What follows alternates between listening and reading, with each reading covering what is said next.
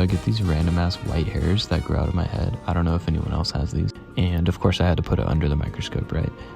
So I put it next to a normal sized hair for comparison. And when you look at it, it's like twice as thick. So a lot of you have been asking me to swab Walmart shopping carts to see what's living on it. I brought it back to my car because I didn't want to look weird doing this in front of the store.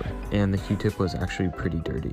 Of course, a trip to Walmart is not one without police cars. And after about a week, as you can see, it's pretty dirty. There's a whole lot of mold and a bunch of different types of bacteria growing on there. And this is how it looks under the microscope. You can see some mold and some spores mixed in with some bacteria too. So yeah, pretty gross. This is a big fat pimple under the microscope. Those little circles look like white blood cells. And if you look close enough, you can see the bacteria moving around in between them.